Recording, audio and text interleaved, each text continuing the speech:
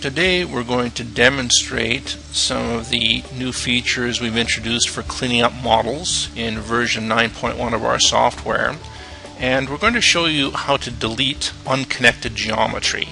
This is something that occurs often when you import a CAD model, or it may occur even if you're building models in our software. You may have certain segments and surfaces that you've just constructed during the process of editing a model. So here I have a model that has unconnected segments and surfaces and an unconnected point. So I'll demonstrate how those would get cleaned up. First, the unconnected point is the simplest one to see. We'll go Geometry, Clean Up, Delete Unconnected Points, and it's located this point. And we'll just enter Y for yes to have that removed. Next, we'll delete unconnected segments. It's obvious that this top segment is unconnected. This segment here is connected only at one point.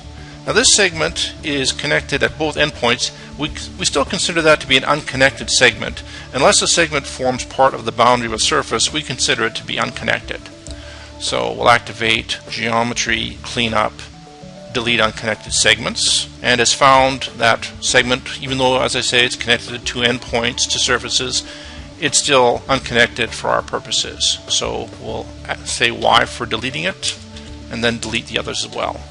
So the last parts of our model that have to be cleaned up are the unconnected surfaces. These two surfaces obviously are not connected, and again, this surface, even though one of its edges is connected to a volume, that's an unconnected surface.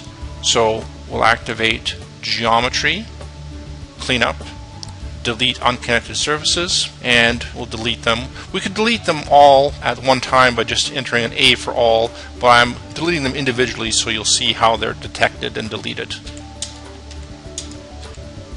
So this command would be very useful to you if you have a model that has a large number of these unconnected segments. Instead of having to delete them manually and select them, which may be very difficult depending on how complex your model is, you can use the Geometry Cleanup to do this automatically.